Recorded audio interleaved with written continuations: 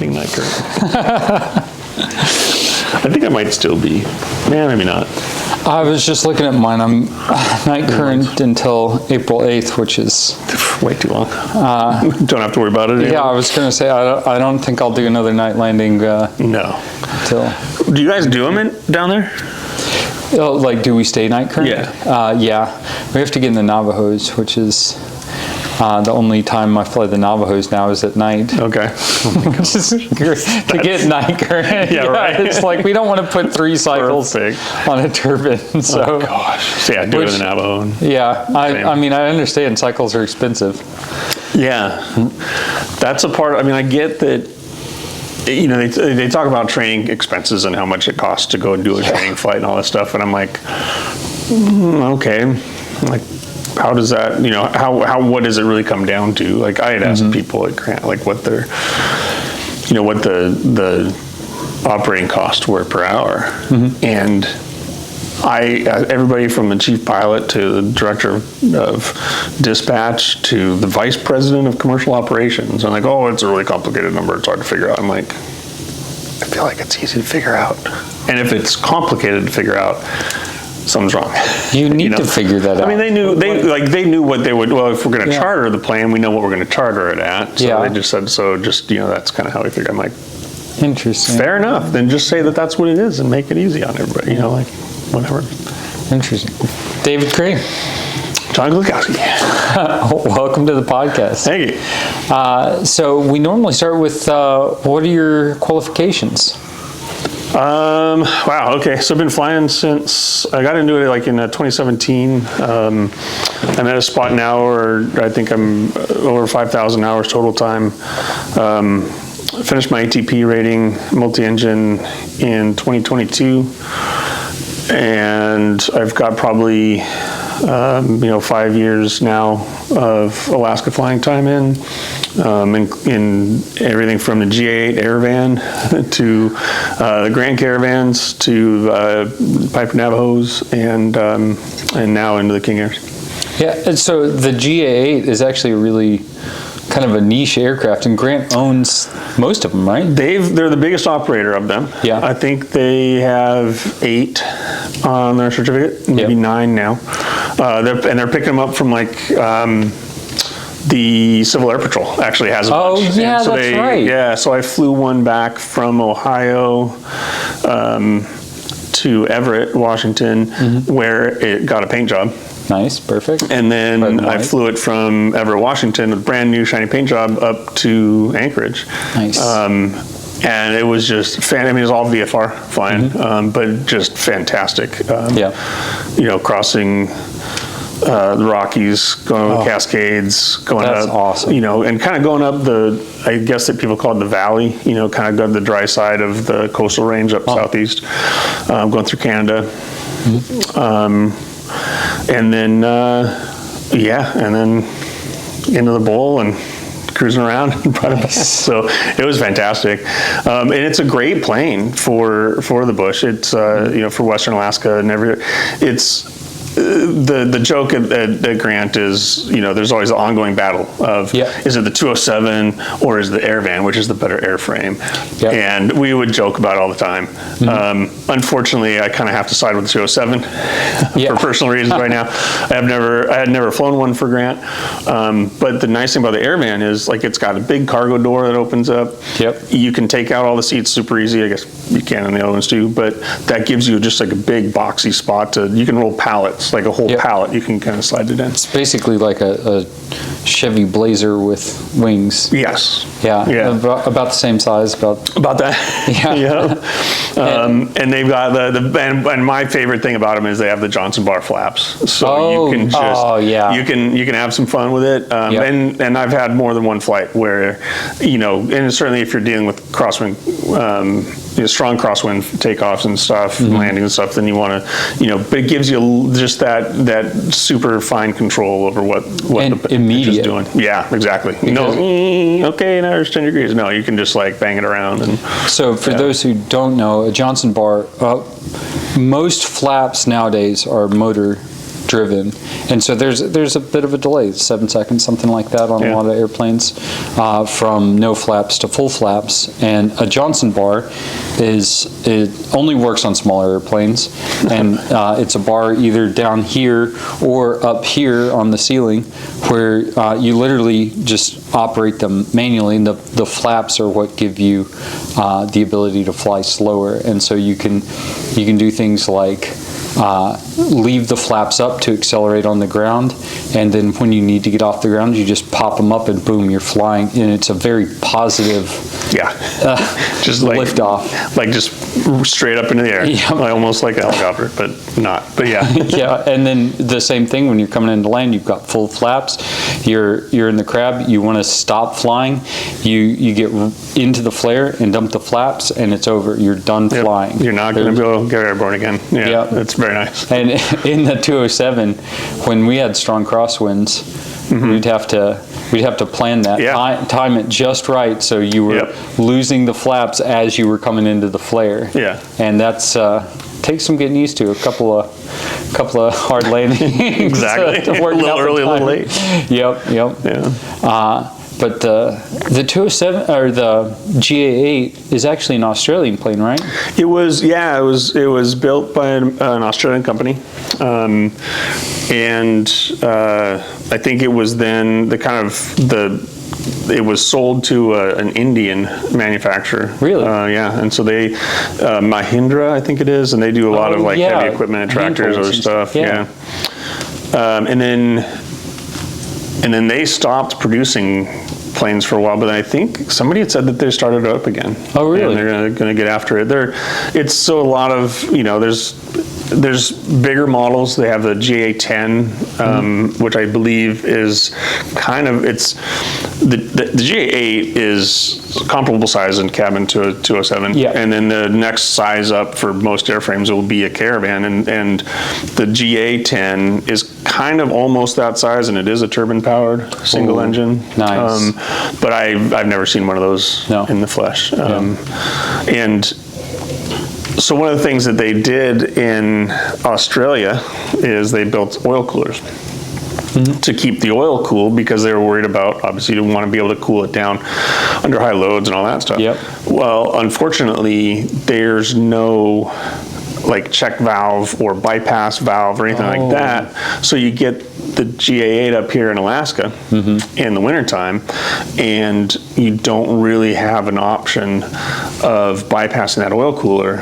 And so I've suffered the fate of blowing 2 sets of oil coolers. Really? From bad decision making. First one was definitely my fault. The second one, I was still in the plane, and I was yelling and screaming because I'm like, it's not my fault. It wasn't me. It was in May or something like that. I'm like, it's definitely warm enough. Why is this a problem? Anyway, so that's kind of the downfall.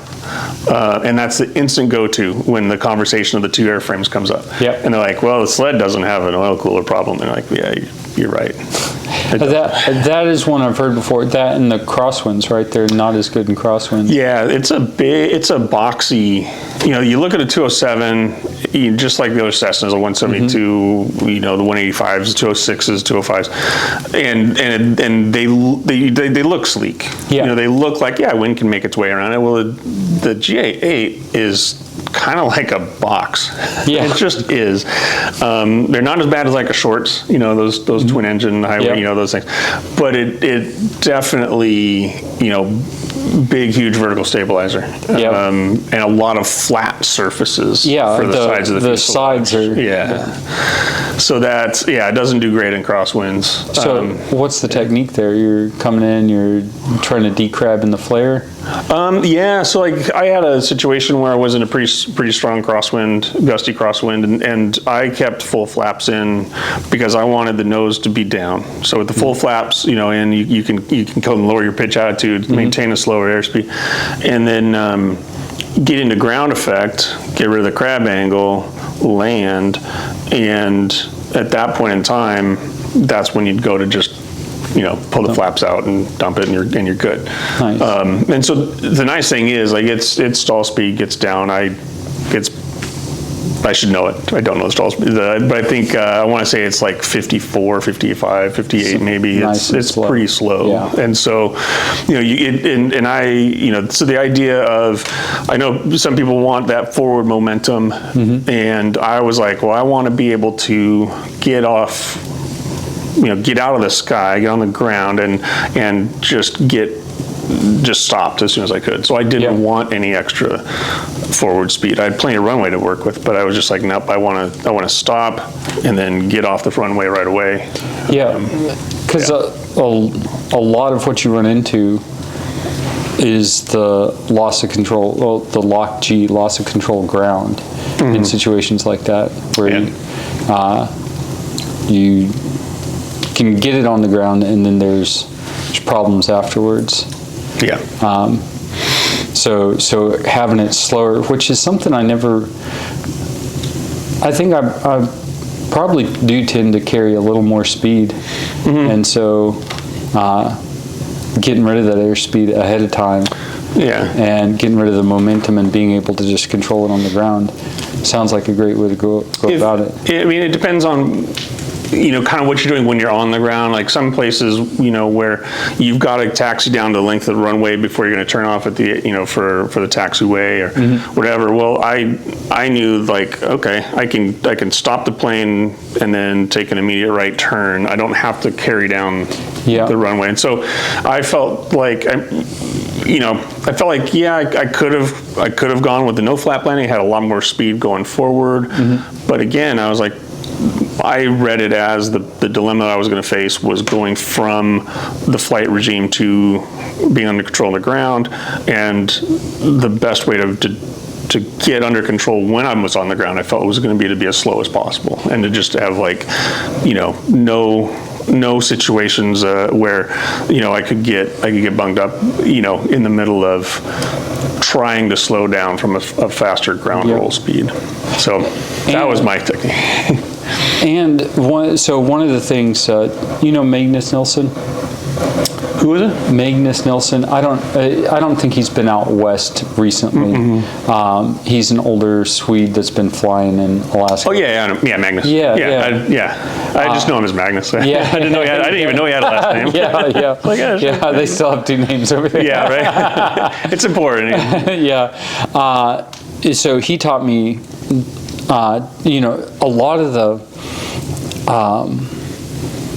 a lot of the literature and a lot of the training about flying in gusty conditions is to use partial flaps, but he taught me to always use full flaps, always use the same flap setting, so that then my flare is predictable. And so even when I'm in those gusty situations, I can probably count on my fingers the number of times that I've landed since then with partial flaps. And it's usually a time thing, because it's usually like I'm fighting and I just can't get down to get more flaps in. But the times when I've had partial flaps, then you get down and you get the runway alignment, and then you're still flying for the next 2 or 3 seconds, and now you're drifting. And it's like you've got a lot more work to do. And the ironic thing about the air vans, the G8s, is they don't seem to have as much rudder authority as you'd like. And so that's another consideration, because if you're on the ground and you're trying to correct that, keep your crab angles in, or use your rudder to kind of straighten it out and all that, you run out of control input, and you can end up getting pushed off. So and the nice thing about it, like you said earlier, the flap change is immediate. And so going from being in the sky and being airborne, and you get down to just about to touch down, and you can take those flaps out in an instant. And you're just like, okay, now we're stuck on the ground. That's good. We're not gonna get lifted up or anything crazy. You're not gonna get a sudden gust of wind that pulls you back up. Assuming you don't bounce. Except for that. But usually in those situations, like, okay, this is this is like a higher degree of difficulty. So you get in the zone. Yeah. You get it focused. A little more on top of it. So you and I met back when I was my first job flying at Grant, and you very graciously offered to take me out to Chafornik on what was it? It was opening, 4th of July. 4th of July. Yeah. That's what it was. Yeah. That's fantastic. So everybody else went off fishing, and then like 5 of us or something like that. Yeah. Went out, us and Camilo and Yeah, it was. and the what was her name? So my mom, Cindy, my birth mom. Yeah. So she came. So she flew in. We had to wait for her. Yeah. Because she flew in on the Alaska Airlines jet, and so we picked her up, and then my cousin Heather, and then it was you and Camilo, and then Johnny Flynn. Dispatch guy. Oh yeah. And then I keep thinking there might have been somebody else. I got some pictures from him, so I could check. Yeah. But I think that was kind of, so yeah. And I remember I was talking to AJ, chief pilot at the time, and I was like, hey, can I charter a plane? And he was like, well, yeah, what do you want to do? And I'm like, well, everybody else is going to go to Quinhagak, go fishing. I'm like, if I could, I'd like to take a plane and go to Chafornik. And he was like, okay, why Chafornik? And I'm like, long story, but the short version is, so my birth mom had a brother who was also adopted into her family. Yeah. And so when he hit 18 years old, he bolted from Anchorage and ended up in Chafornik. And so now my Uncle Tommy lives out there, has, 6 kids. Heather being one of them, and they just live out there. And I thought, if we could, I'd like to take people out there. And, AJ was like, why don't you just take an air van? And I'm like, well, I could. I mean, I was still current in it. But I was also like, but this is the Caravan's a plane I'm flying. Yeah. And, certainly then by the time, you were going to go and Camille was going to go and Johnny Flynn, who lives there, he was just like, hey, can I go? And I'm like, okay, now we're definitely not taking an air van. Yeah. We're not going to. But yeah, and that was such a fantastic day. It was wild. It was my first experience in a village, and it set the bar really high because Chafornik is such a unique village in that everybody there was happy and fit and it was active. I mean, it was they're doing that massive basketball tournament. Yeah, that's one of the things. And the big cookout, and all this stuff. So there was, and it's summertime, so it's a little easier. Right. But you're right. It's just a fantastic community. And the boardwalk, you were going by all these fish shacks where there's fish were up drying. Yep. And it was my first sense of first time of really getting out of just an airport environment. Yeah. And seeing what a village was like. That's one of the wild things about being a bush pilot, a pilot out here in the bush, is that you get to go to all these villages, but you never get to see them. Yeah. The amount of time that I've spent in villages total is probably less than 24 hours over the last 4 years, not counting the runway environment. Yeah. I'm trying to think. There was one day, it was I think it was one of the February shifts or March, still wintertime. And I had this weird, it was, Bethel to Quigillingnock, out to Quig, and then from Quig to Kipnuk, and then I think Kipnuk to Chafornik, and then Chafornik back to Bethel. So it was this really weird routing, and I got to Quig, and we had 4 passengers for Quig and 4 more were going on to Kipnuk, and so those guys all got off and went to start the plane up, and the igniters were just like, nah, man, we're done. So I couldn't get the plane started. I'm like, oh no. And it's tundra, frozen tundra in the wintertime, and plane's dead. So I called up maintenance control. I had a GCI card, and I said, called maintenance control. I said, yeah, my plane's not starting. And they said, okay, we'll send a mechanic. It'll be a couple hours. I'm like, okay. So I walked all the way across to find the AC, to find the grocery store. Yep. Because I am just I need snacks. And I thought, well, let's go see what they have here. And so I walked, it was all the way across on the other side of the village from the airport. Yep. And It was frigid. It was like -5, -10, something like that. And I mean, I had gear for it, so it wasn't terrible, but I was like walking along and I got there, and one of our other pilots, Alex Agassi, he had just had a kid. Yep. And so I'm like up and down the aisles in this grocery store. It's just more than just groceries out there, you know, like it's everything. And there was like a little infant-sized shirt that says "Someone in Coahuila loves me," and I'm like, bingo, getting that. So and whatever other snacks I got, I can't remember. But yeah, so I took that back, gave it to Alex. That made his day. That was hilarious. And yeah, like that was the first. I can't remember which one of those happened first. The Quig being stranded there, or the shipboarding trip. But then also, and this fateful day, it was the day before go home day, so I wasn't really worried about it. I'm like, whatever. You know, this is all part of the plan. This is adventure. Why not? So mechanic comes out, and he's trying to they have these little tiny nuts and bolts and washers. So he's trying to get these little things on, and so I had an extra pair of gloves. So I was keeping all these gloves warm in my pockets, and it's just enough wind that it was just, the heat just gets sucked right out of it. You can hear your fingers going numb. And then, so I'm like helping the mechanic out. I'm like, here, I'll hold these, and here's some gloves, and I can take over for you for this, if it's something like easy. And then we got it up, got it running, did all the phone calls. So then we saw these people that needed to go to Kipnuk. So we flew over to Kipnuk. And at this point, the rest of the leg to go to Shaffornik and all that was canceled because we were like now 3 hours late. So they just had other people do those runs. So we're in Kipnuk and we're firing up to come back. And again, plane doesn't start. And so I was just like, are you kidding? Because we had, at this point now, the warmest we'd been is in probably the 15-minute flight.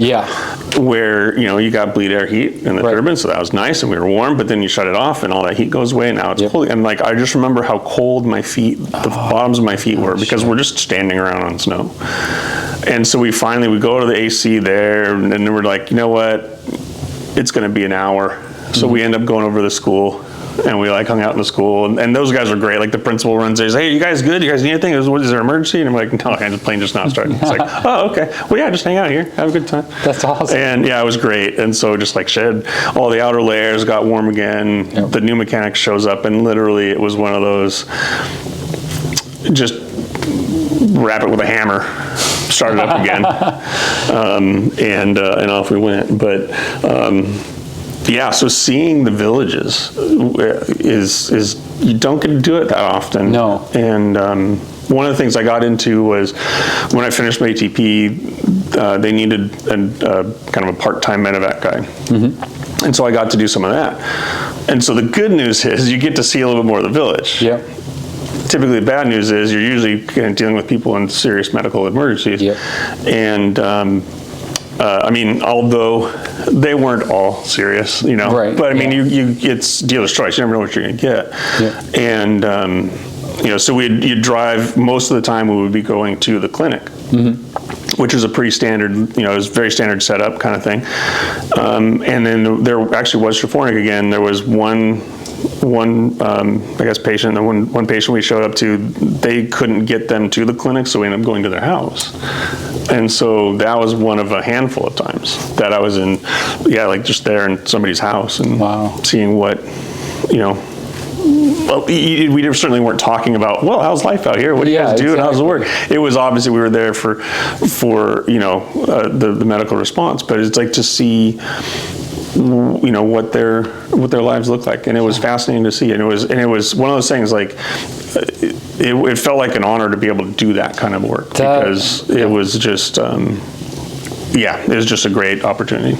That feeling of it being kind of an honor to be pulled in. The few times that I've been stuck in villages, people have been just incredibly welcoming.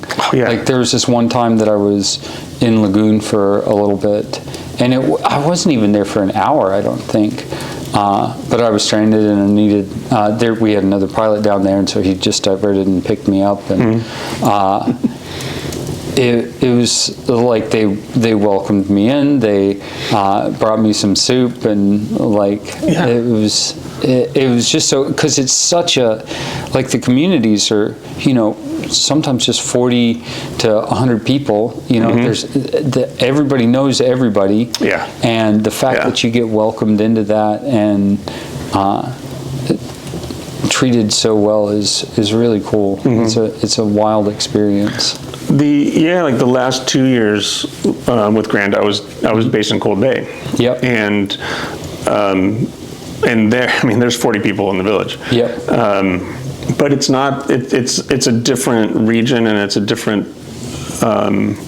It's a different group of natives, and so and honestly, not all of them are, and that's it's all, but the sense of community is still 100% the same. Right. Yeah. And so going and having dinner with people, it's a much more Western feel when you're in Cold Bay, but the communities that exist there are just incredibly strong. Like, there's close knit, and I'm sure there's political differences, or just people don't get along. I'm sure there's some version of the Hatfield and McCoys or something like that. But like, when something, and certainly I think as the pilots that are serving those communities, if there's a need, they're like, yeah, what do you need? We got it for you. Yeah. Whether it's staying, usually there would, people would get set up at like the school or community center or something like that if you had to spend the night. But there's like sleeping bags, like they'll take care of you, they'll feed you, and usually it's there's. I never got stranded overnight in one of the villages, but. I've always heard, like, man, they come back with amazing stories. Yeah. It more than compensates for, kind of the shift in your schedule for what ends up being 12 to 14 hours tops. So, yeah. It ends up being good times. Not a big deal, and a pretty cool experience. Yeah. So where did you do your flight training? You did it in the States? I did, yeah. So I started. When I first got serious about flying, I was working as a high school teacher. I had a degree in engineering from University of Washington. Did that for a little while. Got into teaching. Did that for what sort of 15 years. Ceramic engineering. Oh, no way! Yeah, like space shuttle ceramics. Well, or that's pottery? The space shuttle tiles that they used were developed at the University of Washington. Oh, wow! When I was there was one of the grad assistants was working on a filter. So if you hear about cold filtered beers, those are using ceramic filters. Oh, no way! And I spent some time in the semiconductor industry, and so that was kind of easy to kind of tell people, like, oh yeah, it's semiconductors. But usually I would just tell people it's ashtrays and toilets. My first real job out of college was at a brick factory. Yeah. And I know they don't grow on trees, but I was also like, we're in the West, like, do they make bricks out here? Like, sure, they do in the Southeast, and they sent me to Clemson University for like a week-long, master class in brick making and all the different stuff, and so it was pretty cool. So you took off your shoes and like stomped the mud? No, we didn't have to go that far. Okay. Yeah, no, we didn't have to go that far, thankfully. Just overseeing it? Yeah. And so as my tenure in education was kind of wearing down, I think flying would be fantastic.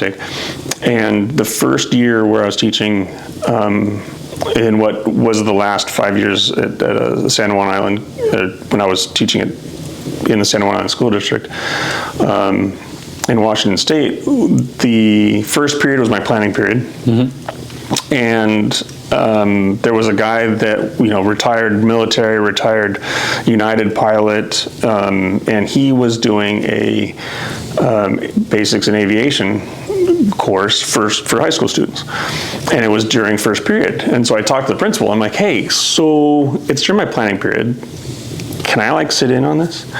And he's like, yeah, as long as you're make sure you're ready for other courses and stuff. Yeah. But yeah, that shouldn't be a problem. Like, okay, cool. And so that ended up being kind of an FAA ground school kind of a thing. And I was like, okay, this is really cool. he said he would he would train me and do all my flight training for the cost of gas for his 150. Oh, wow. As long as I showed up having the written exam already done. Nice. And, fast forward to later on in life when you're like, you are an instructor, everybody wants to learn to fly. Nobody wants to learn to take the written exam. Yeah. Those are the worst part of it all, by a long shot. And so I finished it up, and I think it was like October 15th or something. I passed, and October 16th, I said, hey, look, I passed. And he's like, okay, cool. We did one flight in the next 3 months. Right. And I'm like, okay, I actually want to get into this, so I don't, it would be great to do it for low money. But I ended up finding another guy. His name's Lou Coleman. And Lou had a Waco biplane, and we did our training in a tri-pacer, or a PA-22. So it was a tail wheel. Yeah. And afterwards, like in the years that have now followed, every time I tell somebody because I didn't know anything about airplanes at all, and I didn't know anything about short coupling and all that stuff, and how different planes behave, but everybody that I've talked to that said, you started in a Pacer? I'm like, yeah. And I'm like, that's a handful of an airplane. And I'm like, okay, that makes me feel better. Because it took me way too long. And we would do this, we had the schedule wasn't great. It was basically like, I'd have maybe one flight a week. And so that meant, early on, you want to have like probably minimum of 2, maybe even 3 flights a week. So everything you're getting it's throwing at you, it's going to stick, and you're going to be able to learn it and move it on. And so it was always like 1 step forward, 2 steps back, 1 step forward, 2 steps back. And so it just took me. I didn't solo until I had like 60 hours, and but I felt confident in it. And so the cool thing was, he goes, yeah, when my students solo for the first day, he goes, I usually take them up in the biplane if they want to go. And I'm like, yes. I want to do that. Like, why not? Yeah. So he's in the back seat. I'm in the front seat of this thing, and it's just up there. You've got, airspeed indicator. I think that might have been it. An airspeed indicator and the stick and the rudder. And you're just in the front of this biplane, and so you're just like looking out at all of creation, and it's just like, oh, this is fantastic. And so he did all the heavy lifting. He'd taxi, take off, and all that stuff. And but then once we got in the air, he's like, all right, man, let it rip. And I was just like, this is so stinking cool. That's amazing. Yeah. So that was a blast. So that was, San Juan Islands, and then that finished up in 2016, I think, the 2016 school year. And so that summer, and then, or it might have been 2017, I can't remember, I have to look. But then I realized, like, okay, I need to get this done faster. Yeah. And so I ended up going to Arizona. I had a niece that was living in Phoenix, and so she said I could come and live with her. I think rent-free, which was great, because like now I'm basically at flight school full-time. Nice. Massive loan to do that, so no income.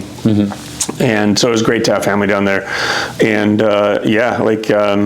her, and she had 2 dogs. One of my other nieces showed up every once in a while too, and had their own dog. And so like there's all these great memories of like, I'm just trying to learn all this crazy stuff, and then going flying like 4 or 5 days a week. And, Nice. And I finished like all the single multi-engine and instructor ratings and instrument instructor ratings as well. And Nice. And how long did that portion take you? that was, I think I started in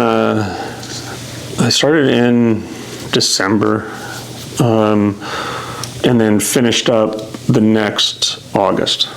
So it used to be, they said, I think the people that were there, like, who had started maybe a month or even 2 months before me, it was like an 8-month process from private rating all the way to your II. And it was just like, so once you would do like your commercial multi would be your first commercial rating that you get. A week later, you'd have your commercial single add-on. A week later, you'd have your CFI. Jeez. A week later, you'd have your II. Jeez. And then a week later, you would have your II. So your II, whatever. So it would just be, it would be 5 weeks, 5 check rides. Oh my God. All commercial, all instructor. And by the time I got there, they were actually changing their curriculum, and so I finished my commercial multi, and then I finished my commercial single, and then they're like, okay, well, it's going to be like 3 or 4 weeks before we get, your group ready for. You're not going to start your instructor training for like 3 or 4 weeks, and so I ended up coming up here. Hung out with my mom, Cindy, and went to the Alaska Airmen's Convention back when while I was still over at the FedEx hangar, and I just remember that was my first real intro to what any kind of landscape of Alaska flying would look like. And it was, I remember talking to the guy at ACE and talking to some the National Guard, and then talking to, there was a mother or husband wife instructor company, and then a handful of other opportunities. But it was also just like I didn't know anything I was looking at. I mean, it all seemed Greek to me, and so I wasn't really worried about it because I'm like, well, my plan is to and that's early May, I think, and so I went back, finished all my instructor ratings, and then ended up back in Bellingham, Washington, where I had, I still have a sister who lives there, and so I went and lived with them, kind of got my feet under me again, and then I ended up instructing at Bellingham Aviation Services on field at Bellingham. So it was all lower 48. There was a time instructing there where I would, in a given week, I would see 14 to 15 students. Wow. And it was fantastic. I would only see maybe 4 or 5, repeatedly that week. Yeah. So there were a lot of one-offs and people come in. And there's one gal, she shows up and she's like, I am all in. She's like, can I just leave a deposit from my flight training? And I'm like, I think so. I mean, they can answer that at the front desk. But like, if you have a huge stack of cash, I'm sure they're not going to say no. And so we went out, did a flight. She did really well. I felt like she was pretty optimistic and feeling pretty encouraged. Never saw her again. Really? Yeah. So like, I don't know. And I think it goes back to what my initial instructor guy had said, like, if you show up with your written exam done, then I know you're serious. And there's so many people that and one guy, he was fantastic. He had just excellent piloting skills. He knew, he had worked himself up to just knowing stuff. And I'll never forget that. We're coming in and we're doing landings and he's getting to a point where he's ready to solo, and he comes in and he just greases this landing. Like you couldn't feel the plane get onto the ground again.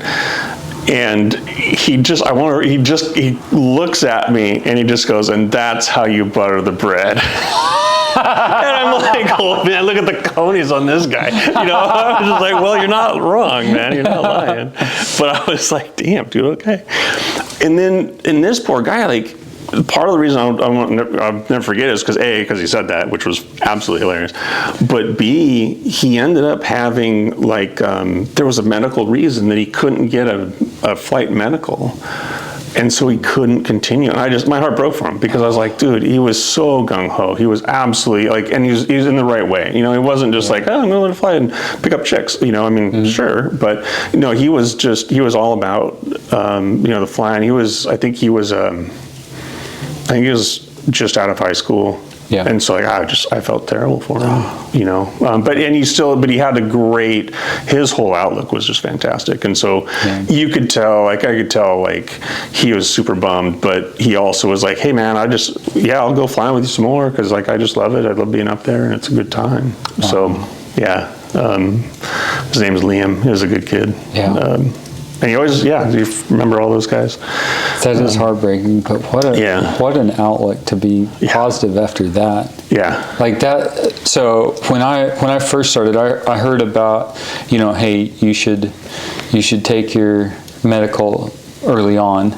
And so I may have started flight training, but it was very early on. I went and got a first class just to make sure. Yep, exactly. And actually, that's how I found out I needed glasses. And now I'm now I'm like, oh man, I can't read the subtitles. They're not wrong. Yeah, I'm like, oh, jeez, man. Suddenly I can read stop signs. And this is great. Yeah. But yeah, to have that happen would be just kind of heartbreaking, especially a little further on.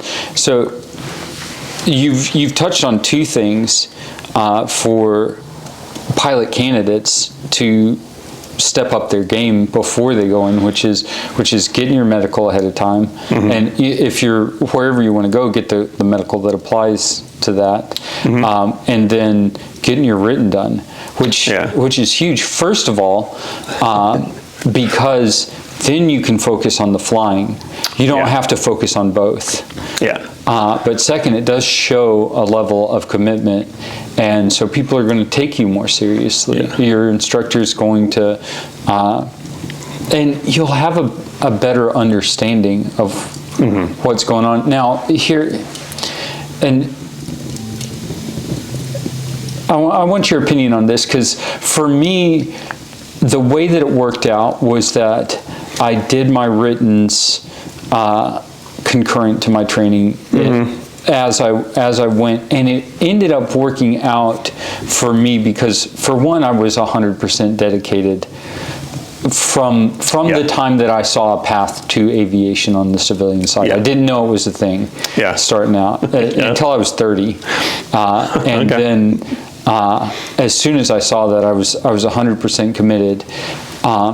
But taking the ground portion concurrently to flying gave texture to all the theory that you're learning, because you can learn all day about critical AOA and accelerated stalls, but until you see that you're doing 20 knots above a stall, above your stall speed, and there's the brake, that makes it real. And so what, as someone who's instructed, have you seen both? Do you have like a rule of thumb, one is better than the other? Man, I've got opinions on this. Perfect. And I because again, I came late to it as well. Obviously, a third career, and you're 100% right. I believe I did the exact same thing. Once I would decide I was going to do it, at that point I was like, okay, cool, let's go. And I honestly, I was at the time, but I am still today, such an idiot. I didn't realize there was such a thing as a commercial rating, and that you would have to have 500 hours before, 250 hours before you could get a commercial rating, and that was what it would take to actually earn money to do it. So I had already thankfully committed my path to I'm getting into aviation. This is going to be awesome, and Top Gun, here we go. Right. But the I think that first guy, Don, when he told me hey, finish your written and then come see me, I was so excited at that opportunity that I was like, okay, cool. I'm going to go do the written. Now, the problem is I'm the first and only person in my family that flies, and I didn't know anybody else anywhere in my circle of friends, community, whatever, that flies. And so I was trying to learn all the stuff all on my own from the PHAC, from the instrument, from the handbook stuff that they give you. And, I would like to think that I'm a smart enough guy to be able to read these things and figure it out. But the problem is that, like you said about accelerated stalls, you could understand everything about an accelerated stall sitting in a classroom over an hour-long lecture, and you would probably still have some questions about it afterwards, because it is a weird thing. In the airplane, it would take you exactly 45 seconds. You know what I mean? And you're like, whoa, and then you never would forget it. So there, So I was trying, so the worst thing was like all the VOR position charts and all this stuff. Like, here's a bunch of VORs. Where are you in relation to it, given this information? And I got those 93% of the time wrong. Yeah. Just because even after, you know, because I couldn't put myself in that frame of mind. And the one thing that I would have done different, and I probably should have done different, was if I'm getting, and I would always encourage this of all of my students whenever they would come and see me, I said, look, call me. Like, if you get to something, then you just feels like you're trying to push a mountain, like, just call me, and you know, I'll try to help you understand it. And if it's one of those things like, hey, let's just go for a quick flight, we can do that too. Yep. Because there's so much, I mean, there's so much about aviation when you get into the theory and flight and different principles of aviation and stuff, that trying to learn it in a classroom just doesn't really work too well. Right. There was a guy that I literally did, we had a weather day 2 days in a row. And so the first day, you know, I'd get out my notebook and say, okay, well, we're going to go ground school stuff. And so I would write out all of the stuff that we're talking about to kind of help them see, you know, and just build this knowledge base for them. And this guy was one of the most colorful characters I've ever met. He's like the Dos Equis beer commercial guy, the most interesting guy. He literally owned like spice fields in Thailand, and, you know, Bangkok or whatever, overseas. And so he goes, okay, well, that all sounds great. Oh, and he would show up in like these 3-piece tweed suits, and I'm just like, you are the coolest man I know. Awesome. And he must have been like 70 years old, you know, so he knew he wasn't going to be like PIC and a lot of Pilatus and you know, stuff and fancy things. He just wanted to fly. And that's awesome, man. But the problem with that was he came back the next day, and we were about to go out and fire up, and then the fog settled, and we go, well, we're not flying, so we went out we came back in. And I said, all right, well, what are we working on last time? And he goes, well, I think we're doing this. I'm like, okay, well, that means we got to go over this stuff. And so I got about 20 minutes into this, and I'm like, I feel like we were doing this exact same thing. And I literally turned my notebook 2 pages back, and there was exactly the same stuff, because we were going over the exact same material. So I'm like, look, I could charge you ground instruction rates to teach you all this stuff, but really you can learn a lot of it on your own.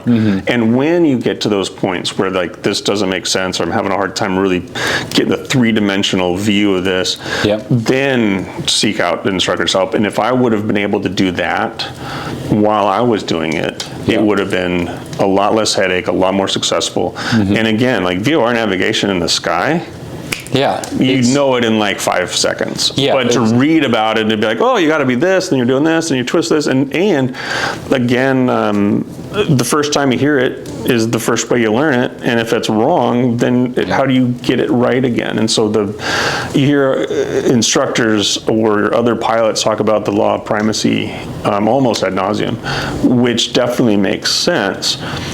And it makes it even more important to be like, hey, get to a spot where if you know you're in over your head, just you know, take a pause, get a hold of an instructor or somebody that knows something, and it can try another way of explaining it and do it that way. So all of that goes into, okay, so, and that's how I finished, you know, my private rating. So then I was looking into going to flight school to finish all my commercial ratings and instructor ratings and all that stuff. And I heard about ATP. And the problem with ATP flight schools is there's an ATP rating. So it's somewhere along the line, somebody had told me like, well, if you go there, they'll pay for your ATP. And I'm like, oh, that sounds cool. So if I go and do this program, then they're going to pay for my ATP flight school? Like, no. Like, that $68,000 is on you. I'm like, oh, well, that's a drag. So by the time I got around to all this, I was like, okay, well, I'm going to look into this ATP flight school. And I still tell people the reason I went there were 3. One was I was in Northwest Washington.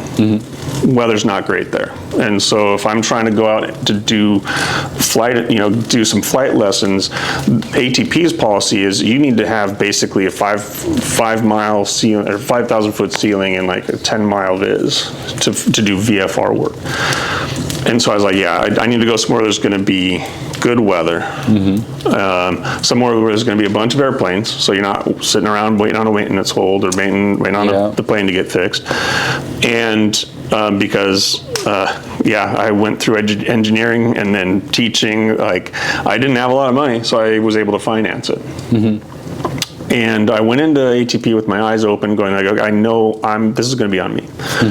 But before I enrolled, I had a conversation with Josh, I think his name is. He is the director of training at ATP. And he was like, well, we want you to have all of your written exams done before you show up so you can just focus on the flying.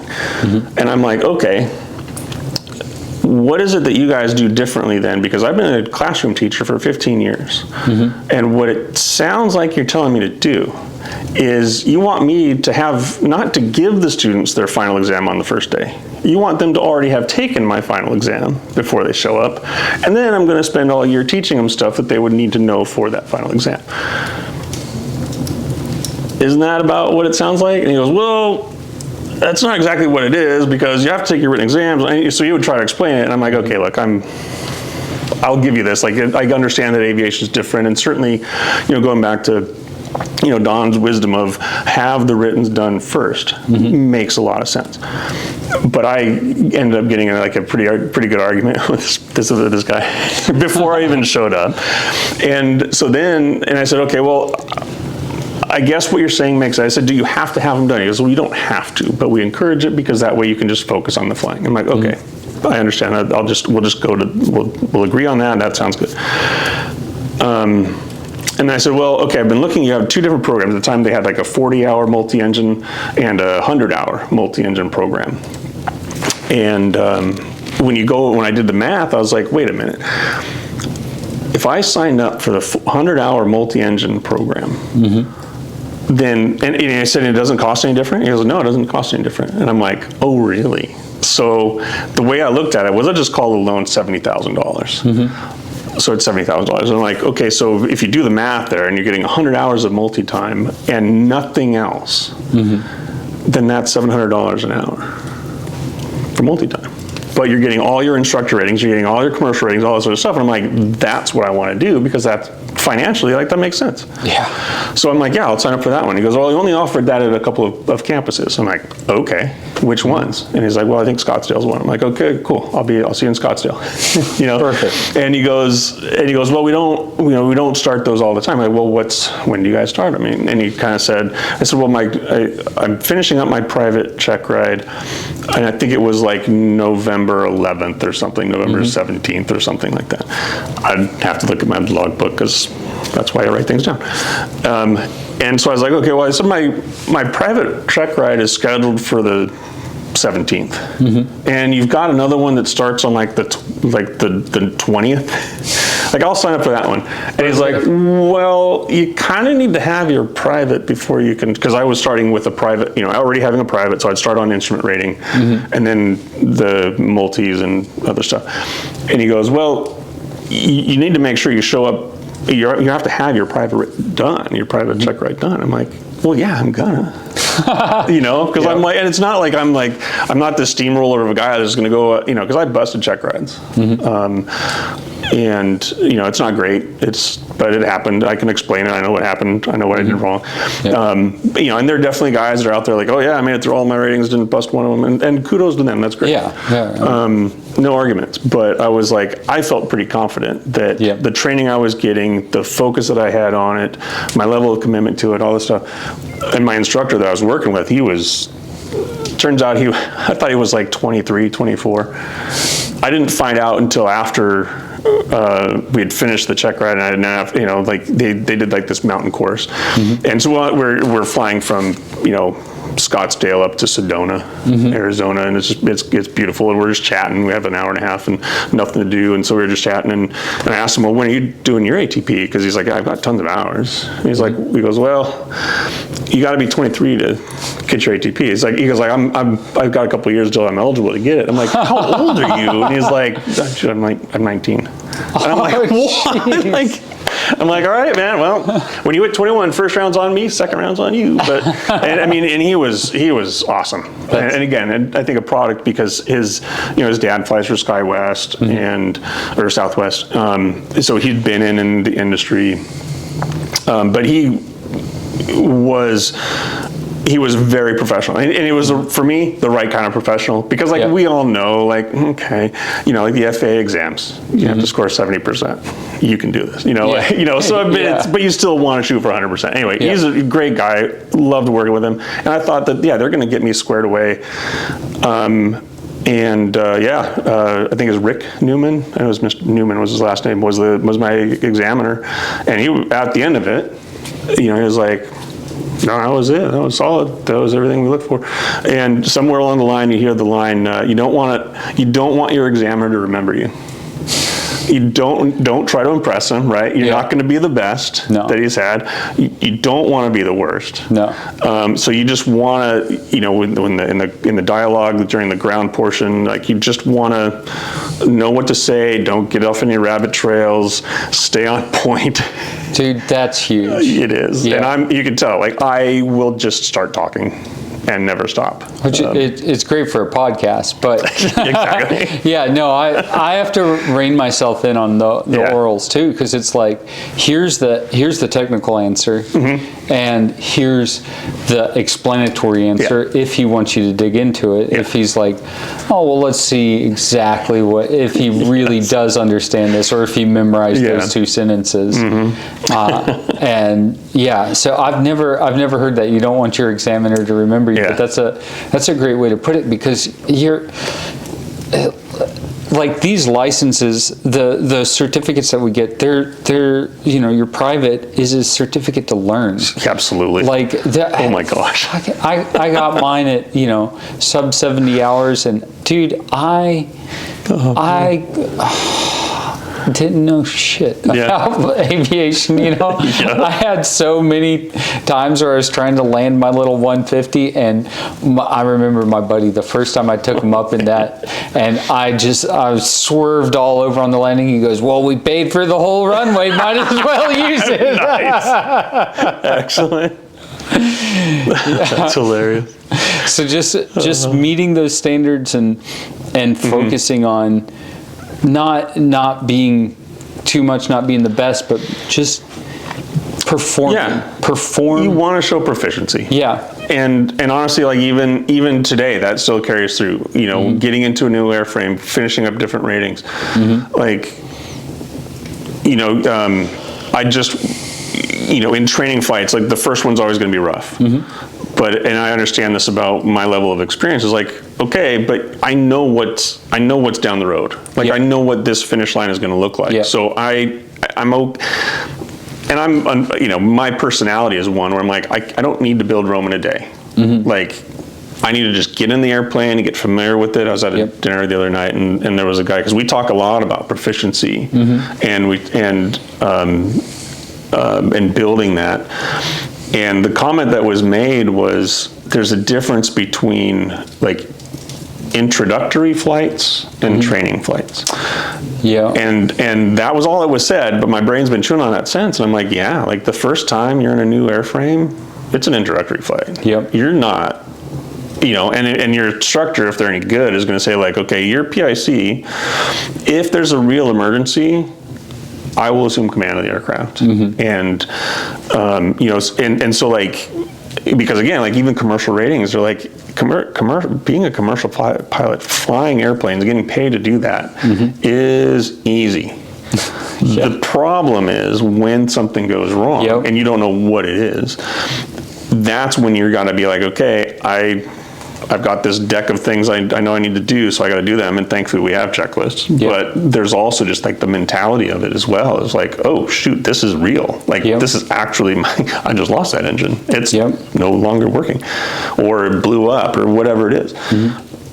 That's where you've got to transition from the introductory area to an actual training environment, so that those lessons can stick. So that when that happens down the road, you've been properly trained for it.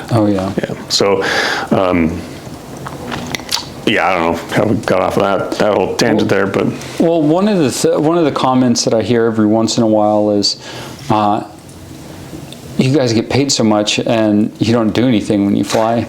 You know, like today, you know, it was beautiful VFR everywhere. Yeah. Like you don't have to make a lot of decisions. No. Yeah. And so, you know, you just get it up. The autopilot will take it from, 500 feet all the way down to 300 feet. And, you know, you got to make your radio calls and that's about it.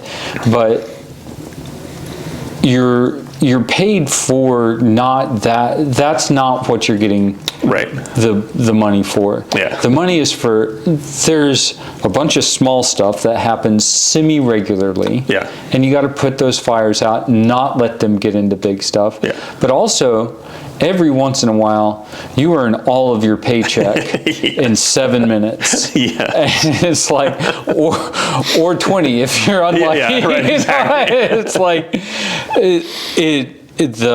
it's kind of like storm chasing as far as I can tell. You know, it's like mostly boring.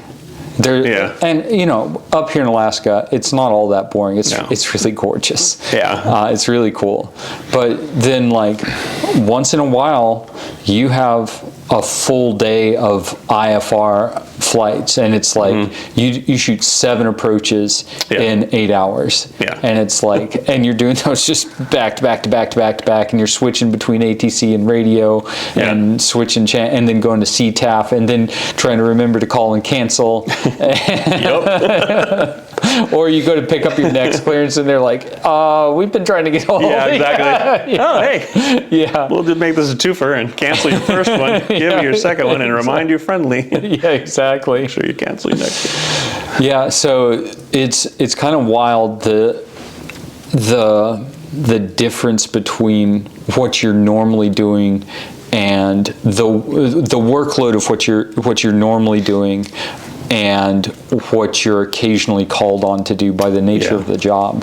And so that's where the training comes in, because anybody can fly. Like I could have taught the kid next to me to push the right buttons, and you know, there were no radio calls to make. I was below the flight levels. And so you know, just super cruiser day, and then you know, it occasionally gets into everything that you learned all at once. I noticed going from, so I finished my 1,500 hours for my ATP requirements in March of 2020. And I had interviewed... Oh, perfect timing, by the way. Perfect, right? Yeah. Oh, yeah. No, this is a great one. So I interviewed and gotten offers from both Alaska Seaplanes and SkyWest. And so I wasn't sure that, you know, from my first flying gig, you know, I wrestled over that decision for a while. I ended up thinking, like, hey, I'm going to go with SkyWest. And, you know, kind of, there were other folks, instructors I had talked with and worked with, and people in my instructor classes and stuff. And they're like, well, hey, just, you know, if you go to part 1, 2, and 1, you don't like it, it's always pretty easy to come back. You've already probably finished your ATP check ride. And so that's, you know, that's a huge plus. And so I think that was my mentality. It's like, okay, sounds like a good plan. Yeah. Like, let's give it a try.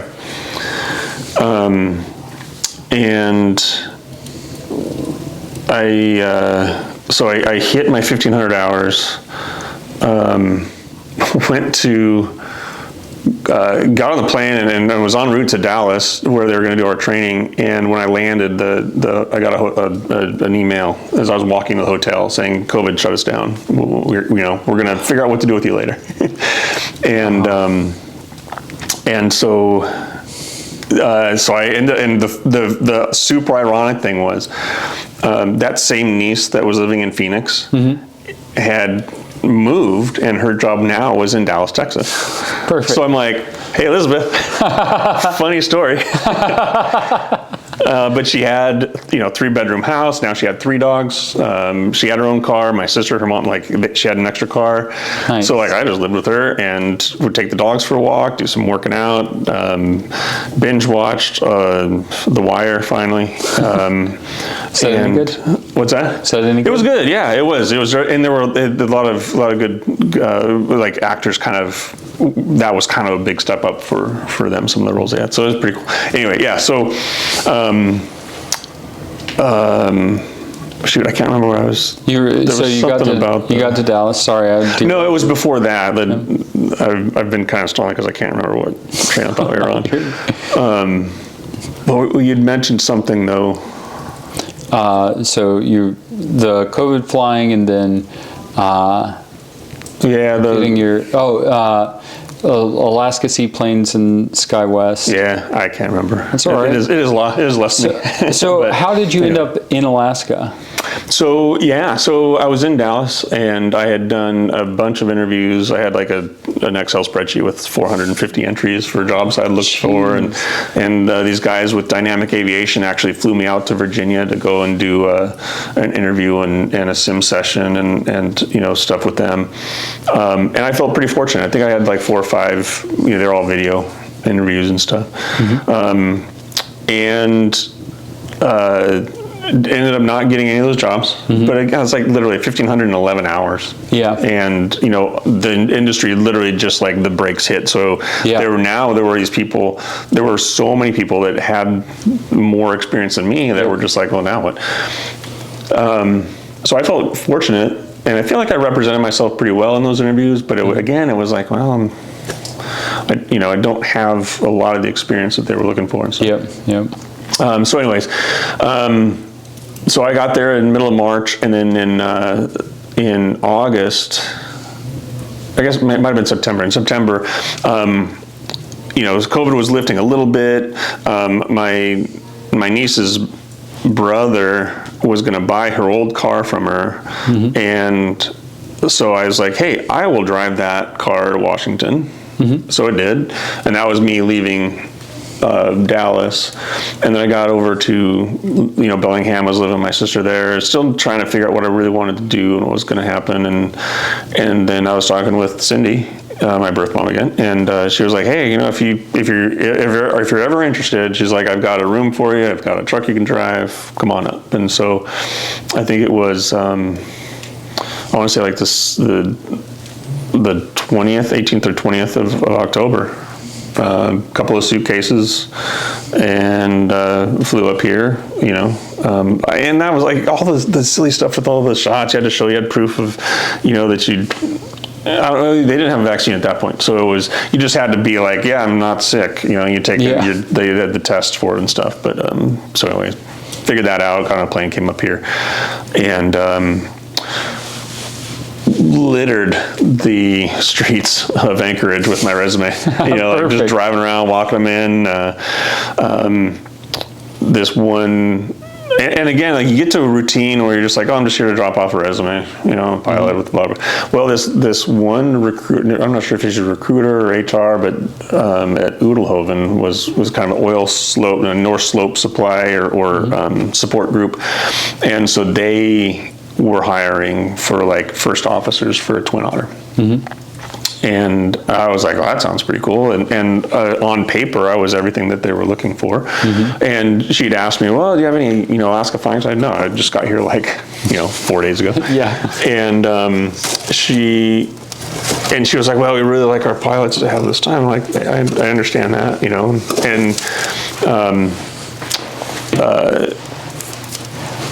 but the question that she asked me, which stuck, was well, where do you see yourself in 5 years? And I'm like, oh boy, here we are again. And I was just like, well, in 5 years, I said, all I know is I want to be flying an airplane.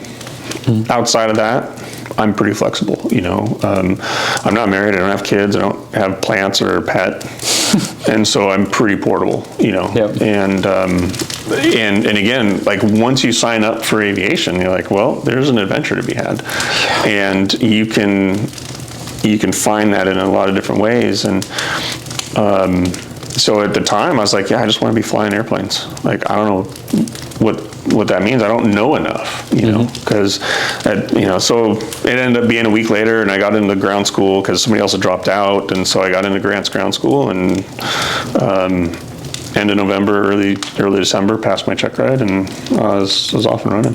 Nice. Yeah, so it was 2020 that I moved up to Anchorage, and yeah, dig it. Bought a condo a year and a half ago. Yeah. Pretty psyched, and had the opportunity to look at getting, you know, jobs elsewhere, but I just felt like, nah, this is. I feel like this is where I want to be.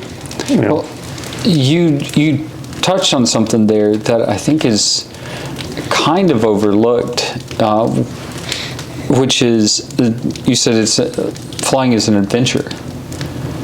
And like, yeah, you can go to the airlines and you can have fun. And I've never been an airline pilot. I don't know what that's like. Yeah. But this sort of flying that we're doing up here it's so engaging, and so it's different every day, and there's so much to it. It's not just, hey, you walk in, you get your briefing, oh, everything looks right, and then you go. And you know, I'm not saying that I won't be there someday, but like the adventure of coming up here and getting to see all these places, and like you've been in the Chigs in the midsummer when all the boats are in and it's beautiful green in the lagoon, and and then the Azuline Pinnacles. Oh yeah. Just absolutely incredible. I mean, the places that you get to see and the people that you get to meet, it adds something that's more, it adds more life to your years rather than just getting a paycheck and getting, you know, because they're, you know, the airlines do offer some pretty good packages for compensation, but coming up here you have so many more stories to tell, and so much more that you experience on a daily basis. Oh, for sure. What are some of the more memorable experiences that you've had flying in Alaska?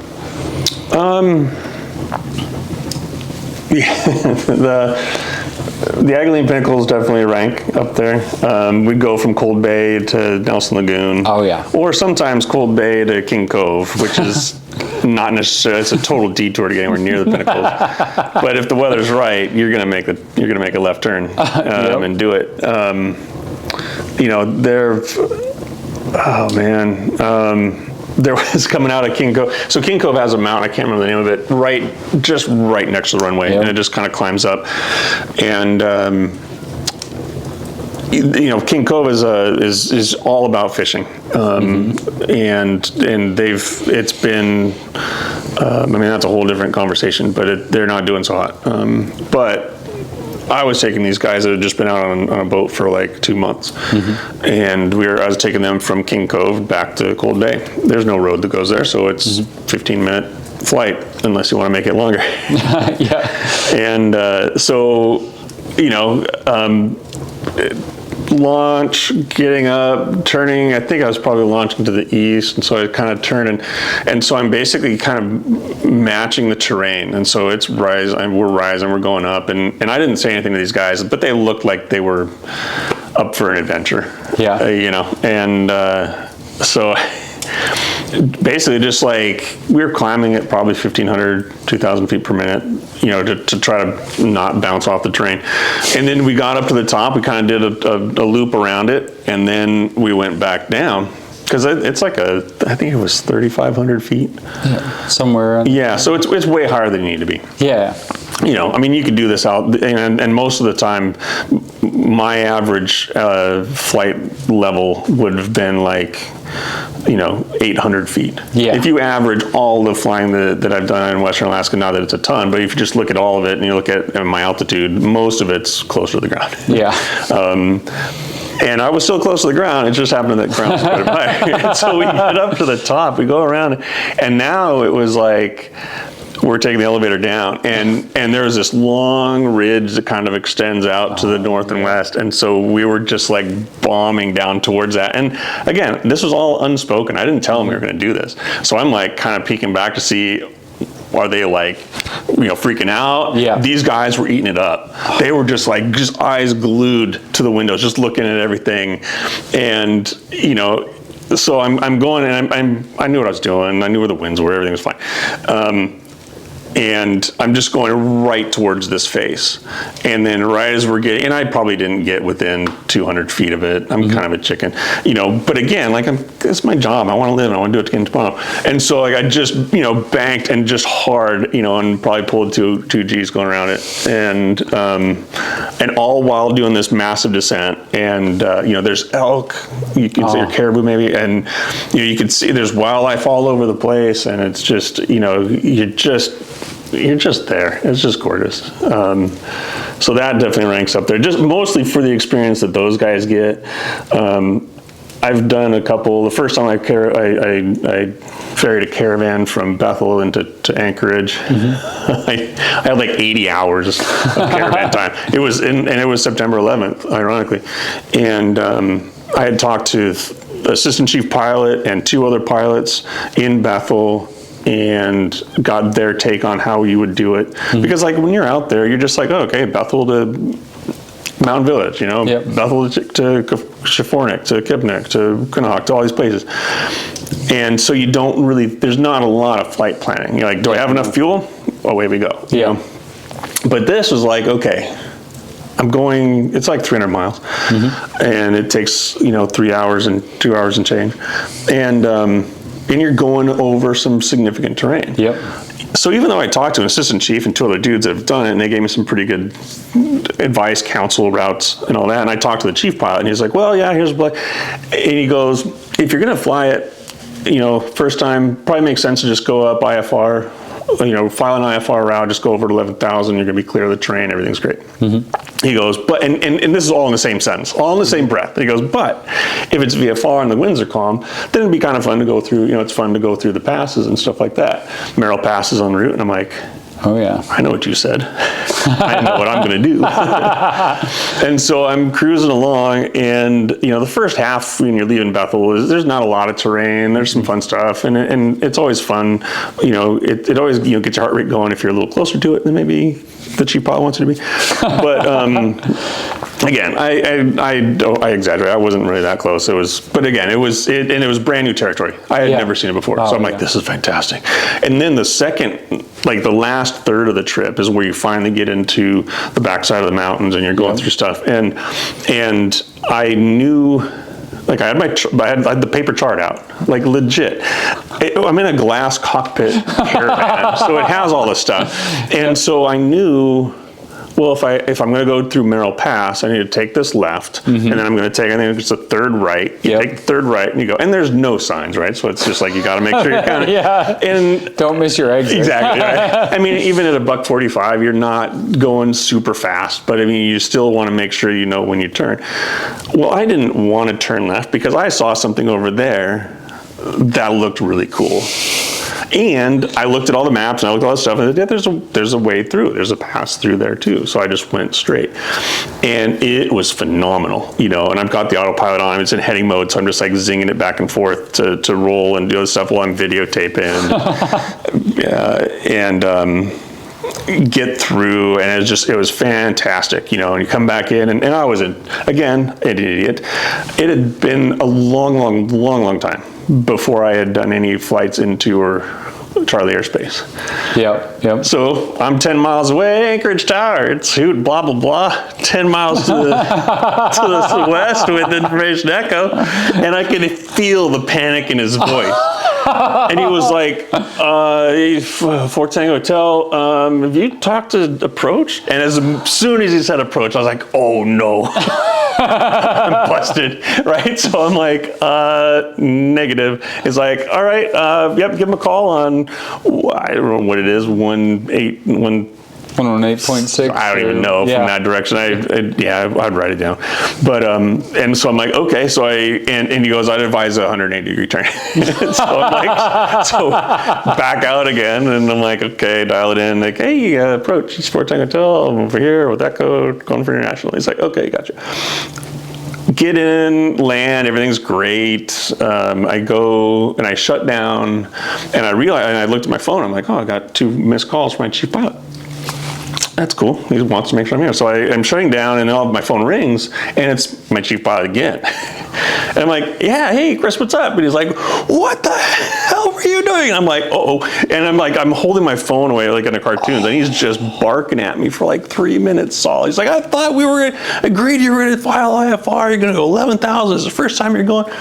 And I'm like, oh yeah, I could see how you would think that, Oh. And so when it was finally my turn to talk, he goes, if something would have happened to you, we wouldn't have known where you were. We would have taken us days to find, blah, blah, blah. And in the back of my mind, I'm thinking, dude, the only reason we're having this phone conversation right now is because you knew exactly where I was. Exactly. Yep. And even though I had I probably had close to around 2,000 hours at the time. Mm-hmm. There was only 80 hours in the Caravan. I'd only been with Grant not even a year. And I at no point was I ever thinking, oh, come on, man. Like, I checked the winds. I just told him, like, hey, look, you're right. You're absolutely right. I mean, because at some point there you have to own, like, yeah, that's what he thought we were doing. I probably should have done that. Yeah. So I had no problem with him chewing me out. And honestly, like, we had a great relationship. Like, we had difficult conversations, when I first got hired with Grant, but nothing material. And so it was one of those things, like, we just pushed it, you deal with it, it's off your plate and it's forgotten and you're gone. Yeah. You don't think about it anymore. And so I could definitely see his side. Mm-hmm. And I wasn't like, but dude, he goes, you didn't even make it through Merrill Pass. And I'm like, I wasn't trying to, good news, I wasn't trying to. But, and so I was just like, you're right. Probably should have just done it. And there have definitely been times where I've like, yeah, that flight I just did probably would have been better if I would have gone with a different plan. And, so there's always that. I think it's important to, check yourself before you wreck yourself. Like that we talk about in instructor classes of all the 5 things that'll get you, the machismo, it won't happen to me, that kind of stuff. Invulnerability. Yeah. 5 hazardous attitudes. And I'm not trying to remember all of them, but yeah. No. But there's truth to that. Yep. So that one was definitely up here, because again, that was the first time I'd seen a lot of that terrain. And I've gone through and done the same flight and done Merrill Pass for real, and I had one flight that was a little bit hairier than I would have liked it to have been. Mm-hmm. And that's when you have a flight like that, it's really important to take stock of it and be like, okay, I was safe. I had a safety margin, but when you're trying to, outclimb a glacier and you've already got your max, I had 10 degrees of flaps, which is the most that you're going to put in to give you extra lift without drag. I already had my prop forward, so I was getting as much juice out of the engine as I could. I was redlining everything. If I needed to, I could have over torqued, but I was like, I don't really feel like I need to do that. Stall horn was kind of chirping a little bit here and there, and it's one of those. That was a flight where I was like, okay, there's a point where the scenery is spectacular. It is fantastic, and getting into flying, one of the rules that you got to live by is you don't want to accept any unnecessary risk, because it's risky enough as it is. Yeah. And I mean, I was, once I finally crossed that ridge and wasn't contemplating landing on a glacier or taxiing at a high speed on a glacier, I was like, you know what? Sometimes mechanics can get a bad rap, but this plane literally got me over that ridge.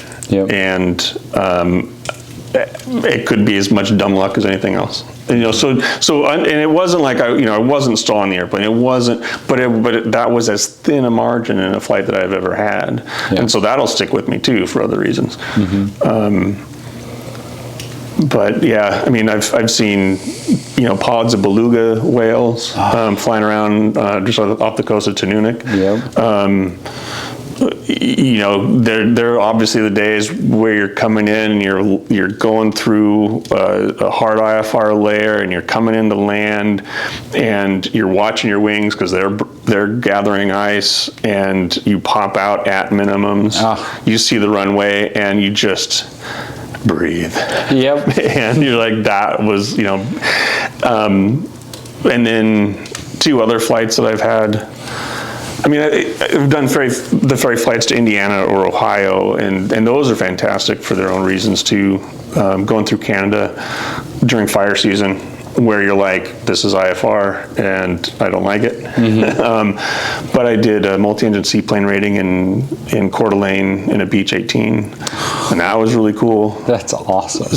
Same summer, I flew a straight float 182 from Bellingham to Oshkosh, and that was fantastic. Well, how did that come about? So this guy, I had finished I was working as a flight instructor in Bellingham, and Ken Moore, where I got my float rating, but I mean, they also just have a massive float community, so they did like a kind of a knock the rust off your float rating kind of seminar thing, so I went down to that.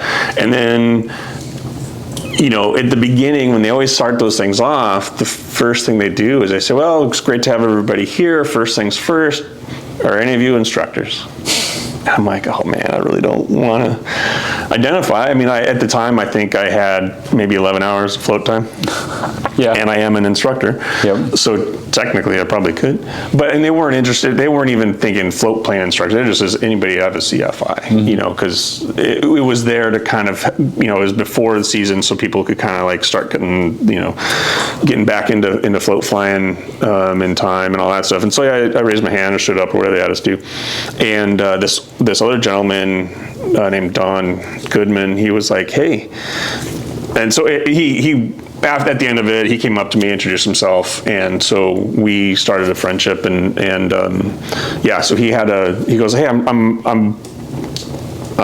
got my own plane. I've got a 182, floats in the summer, wheels in the winter.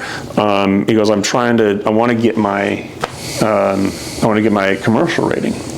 And I'm like, cool, right on. He's like, do you think we can get together and do some flying? I'm like, absolutely. Where do you live? And he's like, well, I live up, just outside, just in Bellingham. I'm like, oh, fantastic. And so he and his wife, Natalie, would just sit in the back, and then we'd go up and we just did a bunch of, I think we did 2 or 3 flights, and then we'd get together and have beers. We were trying to come up with a way to like get float planes, in and out of the Bellingham Bay. They were doing a massive remodel, kind of renovation of the Bay Area in Bellingham, and so we were obviously thinking it would be a great place to throw in a float dock with maybe some fuel. That'd be awesome. Oh wow! It'd be on salt water, but. Anyways, so Don had a plane, and he was like, hey, so I'm thinking about doing this. Would you be interested in going? And I'm like, yep, absolutely. So he'd done it before. So it was kind of like, that took a lot of the stress out of it for me, because then it was like, okay, because logistics of doing any of these ferry flights, like with Grant, it was like, okay, we need you to take this plane to North Canton, Ohio. Good luck, have fun. And that was about as much, as they would give you. And so I'd say, well, do I need this? Oh yeah, we got to get you stickers. We got to get you this. We got to get you an oxygen bottle and a cannula for if you have to go high and all this. I'm like, okay, cool. So, but the logistics of planning a cross country in that sense, like, yeah, you have to do it to get your private and to get your commercial ratings, but you don't really think about it afterwards, because it almost just comes down to, do I have, I can take this much fuel, given whatever payload I have or whatever stuff, whatever weights I'm most constrained by, so I can take this much fuel, and that means I can go this far. Okay. And so it was a lot of fun to just to kind of be able to do those flights, whether I was planning it or not. And the ones I did with Grant, I probably did five or six of them. And it was such a refreshing way to kind of get back to the adventure of aviation, because you're literally like, you're leaving North Canton. And I was telling this guy, I'm like, I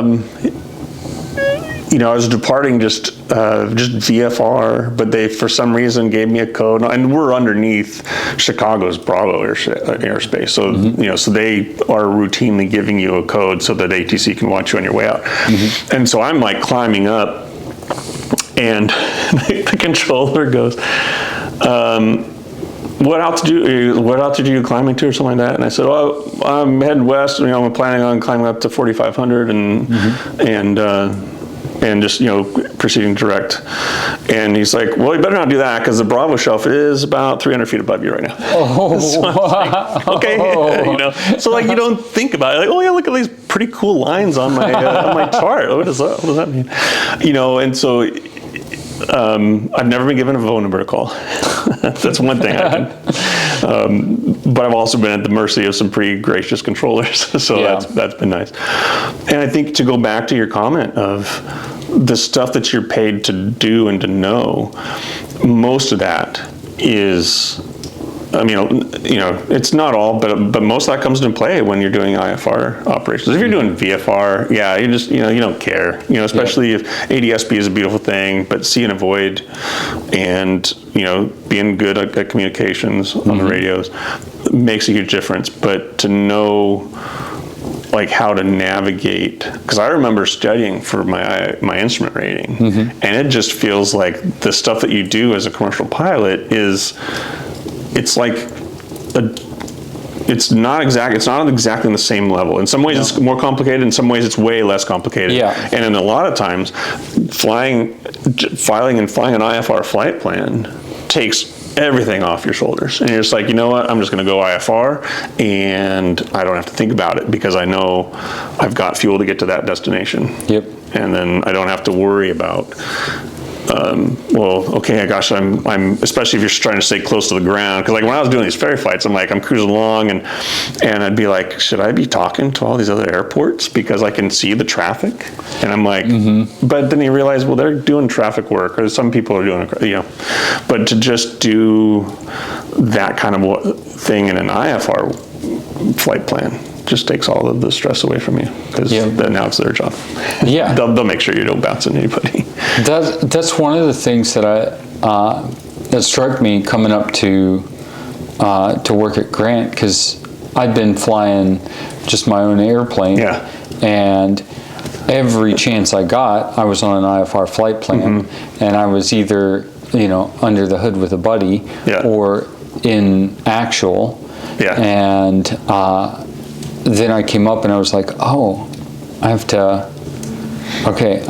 look out for my own traffic, and I have to remember what airspace I'm going into, and so in some ways, there's more work to do. There's different work to do at different points for VFR versus IFR. And in and around Anchorage, give me IFR any day. Because there's a line there you're going to cross, and that's somebody else's airspace, and they have big guns, and and there's another thing over here, and that's got jets that are going 200 knots or whatever. But then, and especially if you're leaving out of like Ted Stevens or Lake Hood, but then you also have Merrill right here that has a lot of flight schools, and just because you have a flight instructor in your plane doesn't make it a safer place. So I still have a lot to learn about flying in and out of Anchorage. I've done a VFR, I've done an IFR, and it's so much easier IFR. But sometimes you just want to, have fun if you can, and IFR is not quite as much fun. No, getting to just like break off and go take a look at the mountain and fly down the valley. Especially like one of the things we do at Lake Clark when we get new pilots is we just put them on turns between Port Ellsworth and Anchorage, because technically our base is in Port Ellsworth, and so we have, especially during the summer, we have a ton of traffic, sometimes 10 flights a day out there between the different airplanes. And so just getting Lake Clark Pass is perfectly positioned right there. Yeah, and it's so gorgeous. It's incredible. So we'll just loose these pilots on it, and if you're in a twin, you can go IFR, but most of the time your VFR, even if you're in a twin turbine burning 350 pounds a side, just crank. Might as well just be pouring it overboard. Yeah, exactly. We don't need this fuel. Yeah, but you're just down there. You're going through the pass, and oh man, it's just incredible. But then in the summertime, Lake Clark Pass is incredibly busy. Oh, yeah. And so you're trying to fly and enjoy and show all the different places, but you're also... Yeah, you gotta be on traffic duty. Oh, yeah, because a lot of those guys coming through don't have a radio. Yeah. Or they don't know the reporting points. Yeah. Or they mistake the reporting points and they don't have ADSB, or ADSB's not picking them up. Yeah. So, yeah, it gets quite complicated, but the reward is just absolutely wild. For sure. So you've been through? I have, yeah. And one time I was doing a flight back from Bethel to Anchorage, going off shift, and Cliff, our station manager, was going off shift too. And so, and again, these are beautiful days with calm, predictable winds, and it was just gorgeous. So we ended up kind of beelining, went through Lake Clark Pass, and I have a picture that I sent one of my friends down in the lower 48 of the TAWS camera, the traffic page of the Garmin 430 that I was on, and at the altitude I was at, which I was at like at 2,000 feet MSL. So like I'm well above the terrain, but I mean, it literally looked like a black zigzag through just a field of red. Yep. You know, it was just like, that, if you can't make there, then everything else is rocks. And so, yeah, so Cliff and I were cruising along, and it's always, I mean, I've seen amazing stuff flying. And the problem that I have is, like, I really would love other people to be able to see it too. And there's something about, like, if it's just you, if it's just me, it's not quite as exciting. But if you can share that with somebody else. So here's poor Cliff, and I don't know how much small plane flying he really does, but we went through Lake Clark, and you know, you going westbound or going eastbound. So you go in, you make your first turn, and then that second turn kind of spits you out over some lakes and other stuff. And I had been through that enough. I'm like, well, I want to see what's over by this glacier. So we weren't as low because I didn't want him to be freaking out. You know, most of the time, if I have a passenger in the plane, I'm like, I'm more worried about them and their sanity and their ability to stay calm, because if they start wigging out, then that's a second problem I got to deal with. I don't want to deal with that. And so we were cruising along, and we were at a nice safe high altitude, but I made that first right, and then instead of making that left, we kind of found a glacier, kind of a valley. We just kind of zoomed up that. And again, same thing, just kind of pitched it over, and like that had that one moment of like 0 G where we're just like, whee, and then coming back down. And that came up, man, 2 years later. And somebody on his Facebook or something had asked, you know, was posing the question, like, what was the most memorable flight you've ever had? And he was like, and I got tagged on it. He's like, I had this great flight with Dave Crain through Lake Clark Pass. And so I was tagged, and I was just like, man, that was fun, because it was, you know, like, I'm not trying to scare people. This gal I was dating, you know, she and her son went, I took them up for a flight, and her son sat in the front seat, and she was in the back taking pictures and stuff. And she made a comment that was like, yeah, I've been on flights in small planes, and she's like, usually I haven't enjoyed it because, you know, it's some guy who's trying to pretend he's in an F4 Phantom, or you know, he's trying to be Tom Cruise in his F-18 or 16, whatever. And I'm like, I'm not, like, I want them to enjoy what they're doing. One of my sisters like hates turbulent. Like, it was a beautiful day, and it was in Bellingham, or cruising, there's Mount Baker's over there, and so we were trying to go over to Mount Baker so I could show her and her niece and my niece, you know, kind of what I've been used to seeing and some of my scenic flights that I've done with people and stuff. And we started getting just a little bit of a bump, and Karen was like, okay, I'm done. I'm like, oh, dang, it's so nice. But I was like, okay, cool. So we just went back and found, you know, fun stuff to do. And you know, and I had a flight with her husband, with my brother-in-law Steve, and they had adopted a puppy. They bought a puppy, and so we were going to fly down from Bellingham to go pick it up in like Centralia somewhere else. So it's, you know, it could have been like a 3-hour drive. And I'm like, hey, we could fly down if you want to.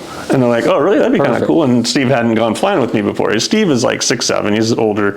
He's my big sister's husband, and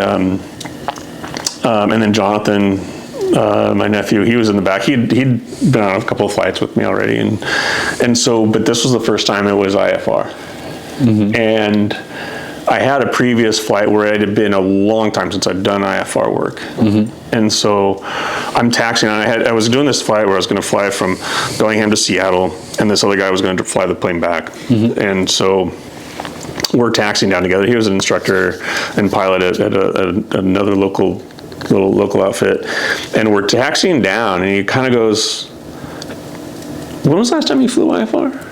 And just by him asking that question, knew, like, it just meant that I missed something. And I'm like, I haven't got my clearance yet. I don't think I'd even filed. And so it's not a big deal, but we stopped. We were going to do a run-up anyway, so I stopped, you know, made a radio call, filed, and then we took off, and everything was fine. Well, so now here we are with my brother-in-law on board. And he has never been in a small plane before, and he's 6'7", and so he's just like barely crammed into the cockpit of this thing. And you know, so we take off, and I mean, and now I'm a more polished IFR pilot at this point. So now, you know, we're climbing up, but we go into the clouds, and I could tell, like, he just kind of went, he just got super tense, and I, you know, at this stage, I had enough experience, and I could pick up on cues enough, and I was like, okay, I'm just gonna talk him through this whole thing. And so as soon as we entered the clouds, I just started, you know, just explaining different stuff about IFR and different stuff about flying in general, and just kind of, basically I was just like this, just doing a full monologue until we got out of the clouds, and now we're up on top of it, and you could just see, I mean, I think he was kind of like trying to enjoy the scenery, or, you know, like, we were going through a cloud, we couldn't see anything, but I think he was trying to be like, okay, this is good, Dave knows what he's doing. You know, but certainly we got up above it, and then he kind of relaxed. And now you could see, now we're in the Puget Sound, and so you've got the Olympic range over to the west, you've got the Cascades, you've got Rainier right over there, and it was just phenomenal. And the rest of the flight, by that time, you know, everything was dispersing anyway, so we went back VFR anyway. Nice. And so those are the ones that, you know, that I remember. You know, just the opportunities to share with people. There was this gal that showed up at the flight school, and she showed up twice. The first time it was her and her friend, and it was like her friend's birthday. And they just thought it would be fun to go for a scenic flight. And so I said, all right, cool, what do you want to do? And they're like, you're the pilot, you tell us. I'm like, okay, well, here's what I know. It'd be fun, because they just said, we're going to go up for an hour. I'm like, okay, great. So we went up around Mount Baker, and that's a 12,000 foot peak, I think. And so it's sizable, and it's really cool. And then we came back down and you know, flew over. They said, oh, hey, well, let's go down over here a little bit further. That's where my apartment is. And then there's another was like over there. And so they had a blast, and I had a blast. It was a lot of fun. And they're fully sociable people. It was, you know, we all had headsets, we're all chatting. So then about a month later, they show up again. The same lady shows up again, and she's got 3 buddies, or no, two other buddies. So there were 4 of us in the 172. And she's like, she walks in and she's talking to her friends, like, and this is Dave. He is going to show us a good time. And I'm like, what? Awesome. You're back? And so we were chatting, and I'm like, well, what's the occasion? She's like, well, we're going to go do another scenic flight with you. And I'm like, okay. And she's like, but you got to up the ante. And I'm like, oh my gosh, like, it's a 172, like, it's a 1968 172. I'm not sure how much higher. So we ended up, and I'd never flown over Canadian airspace. And so I was a little bit like, I know we can. I know there's rules, I just am not super familiar. Talked with one of the instructors, like, oh, okay, this is easy. So then we took off and flew over Victoria. And kind of cruise around, and then we went and flew, you know, across the Strait of Juan de Fuca there, over Port Angeles, and then we kind of make this big loop kind of around, and so then we're coming. This is a Charlie Aerospace thing. But at this point in time, I knew I was supposed to call approach and blah, blah, blah. So I called up and said, hey, yeah, it's November 3051 Echo. We're, 20 miles, south. We're just going to transit your area. And I've done this before, so I knew what to say. And we're going to go up and kind of go around this Deception Pass. Is this, there's a bridge over Deception Pass that connects Whidbey Island to the mainland. And it's in their airspace. And so they were like, okay, sounds good. They gave me a squawk code, and then nothing. I'm like, okay, cool. And I still had them on comms, and now it's like I had to turn down, I had to isolate the pilot from the headsets because these girls were having a blast and letting everybody know about it. And I was like, okay, they were still fine. Nobody was drinking, nobody was being stupid, but it was also like they were extremely excited about this flight. So we're cruising along, and I'm just like, I'm enjoying the sights too, and just this is a beautiful day, and then all of a sudden, we're flying over midfield, which is they're okay with that. I mean, that's kind of what they have you do anyways. I'd done it before, and there was some chatter on the radio, and they were kind of like trying to figure out, well, who is it that's flying like over the runway, and I'm like, they're not calling me out by tail numbers, so they're not talking to me. So like, I'm just, and so then they finally did say, 501 Echo, is that, what's your position? I said, yeah, I'm like, 1,500 feet, looks like I'm passing over midfield through the airfield. They're like, oh, okay, yeah, okay, we got you. But by this time, so now, we flew, and you go about 2 miles north, or not very many miles north of there, and that's where Deception Pass is. So now I'm making the turn to go over Deception Pass, and I think we might have done a little butterfly kind of turn, kind of a couple of figure eights around there to see it, and then we're off we go. And all I remembered was there's power lines, and they've got those big, huge, high vis kind of balls on them so that you can see them, and so I'm looking out for those, but I'm also trying to enjoy the scenery and just the beauty of it all, because it's fantastic from the sky. And I look up here real quick, and I'm like, okay, cool, there it is. And I'm turning my gaze back towards the front of the plane, and I see a shadow just dart right in front of us, like across the water. And I'm like, what was that? And I looked up a little bit, and there go a pair of F-18s that were probably 500 feet above us, just making sure everything was cool. And I think at some point I don't think they were scrambled for it. I think because planes would always be going out to do exercises. And I think they were probably just, they're probably told, like, hey, when you guys come back in, there's this guy in 172. Do you just want to just go do a quick flyby for, something like that? Because they didn't talk to me at all. And so, I just was like, what was that? And I looked, and I could just barely saw him like bugging out. I'm like, oh my gosh, that was really cool. And the passengers were all too like wrapped up with, just looking at the terrain and the ocean and the tides and the boats and all this other stuff that they didn't see it. And I'm like, I don't need to tell them about that. So that's okay. That's awesome. But yeah, and they don't show up, believe it or not, on ADSB. Yeah, that makes sense. Go figure. But yeah, that was a good one. That's awesome. Yeah. So, what you're starting over at Reeve?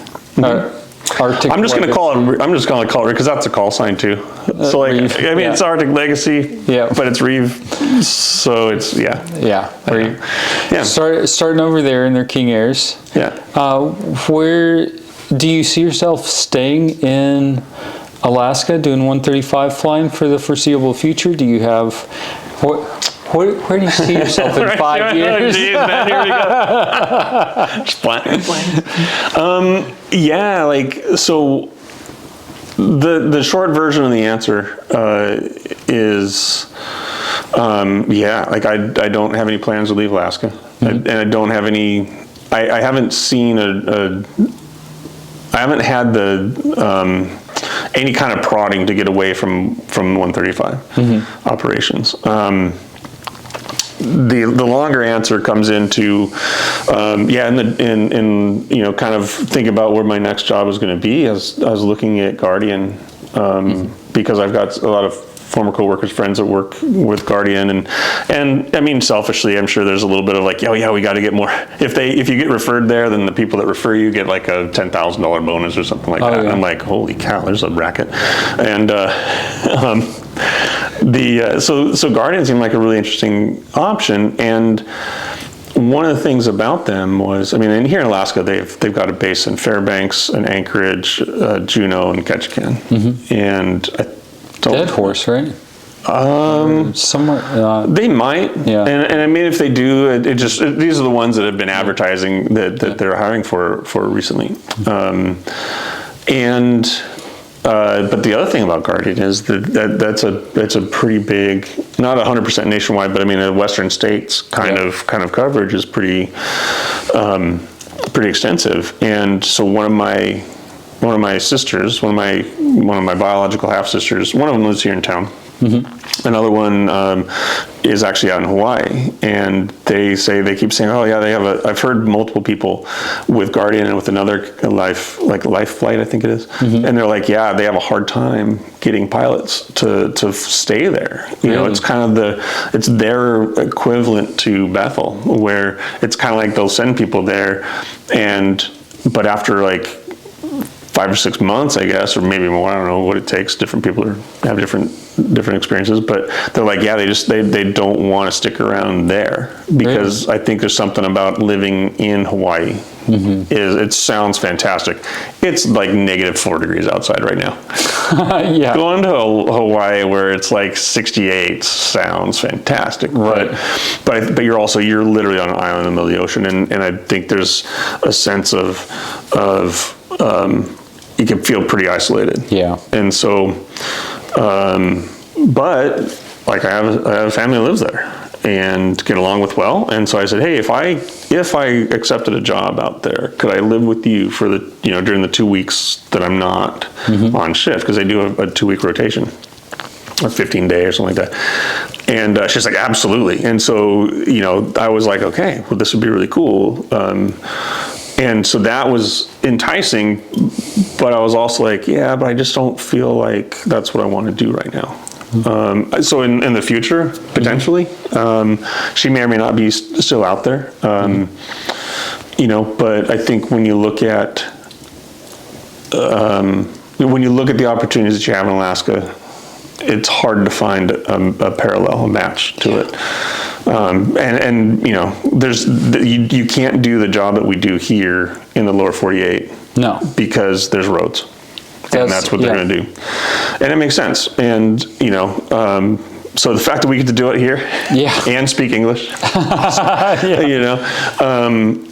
so I think, and part of the thing that I was thinking about was,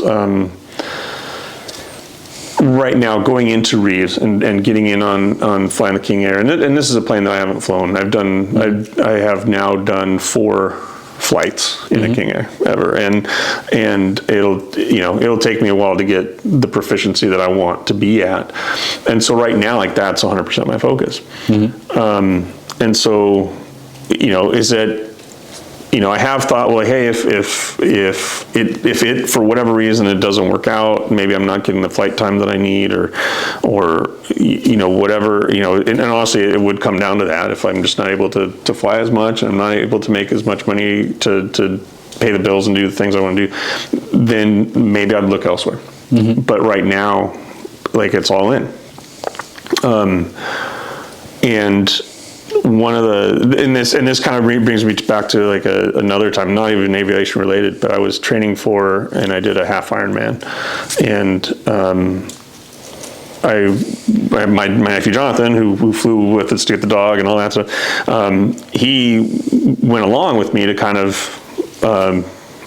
just kind of emotional support. I wanted to go and we stayed at my niece's place. Another niece was in Boise at the time. That's where the event was.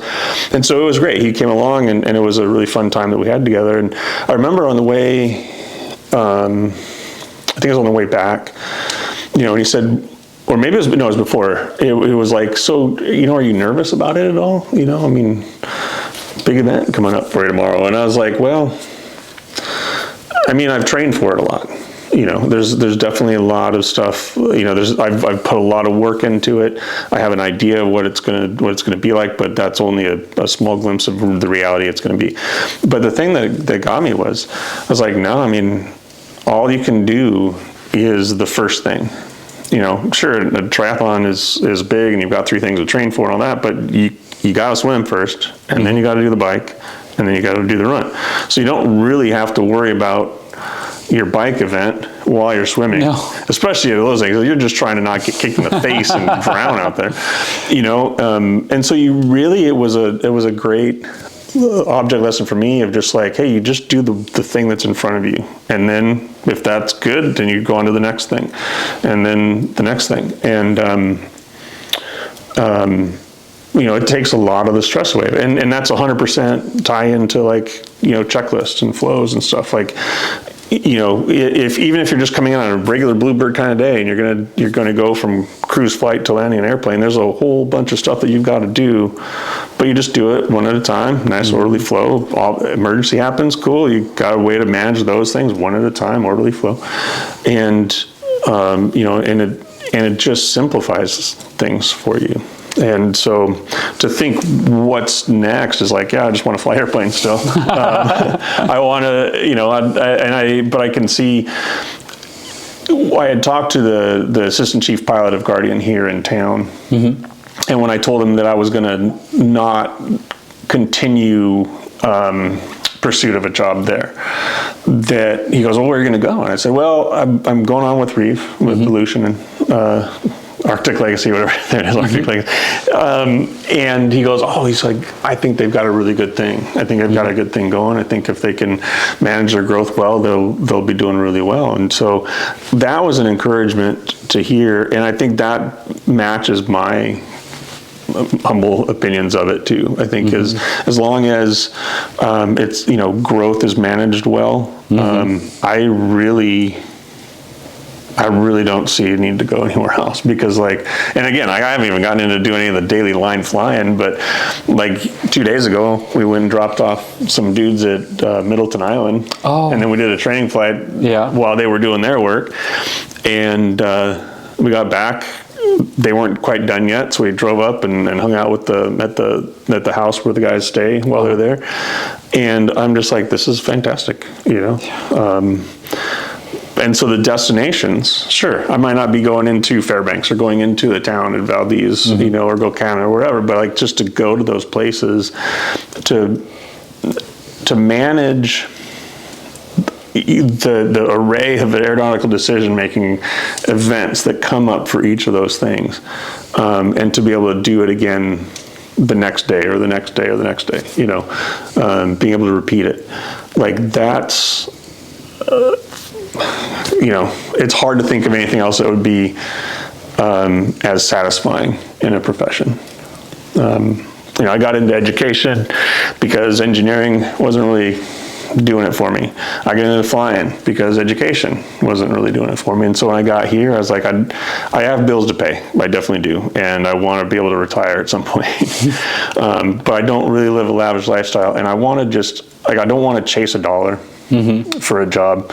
I want to enjoy what it is I'm doing, and I think when I look at just being 7 days a week, 14 hours a day as a flight instructor, and then getting into Grant and doing the stuff there for 5 years, that included the entire array of single engine piston caravans and the turbines, 2 years in the Navajo, doing 4 or 5 flights, through Canada, up and down along Southeast Alaska. Like, there's a lot of stuff that I've been able to do that has been a huge blessing, and I've just loved it. And, the people that argue and say, they got to pay pilots more, I'm like, I understand, I have a pretty simple life, but I've been able to, instead of going to 121, and somebody at the time was like, well, first year caravan pay at Grant is the equivalent of like third year FO pay at Horizon. And I was like, look, I'm trying to pay some bills and fly, so I'm going to stay in the caravan. And I mean, in these, in the 5 years that I've been here, I've been able to pay down pay off all of my debts. So the only debt that I have now is that condo. And the idea of what am I doing in 5 years? Like, well, if I'm interested in renting out a condo for a while, then I could show up anywhere. But I haven't seen a reason to leave here yet. So that's awesome. Let's keep at it, man. David Crain, Good lookout. thanks so much for coming on. Yeah, no, this was a good time. I like Thank it. you.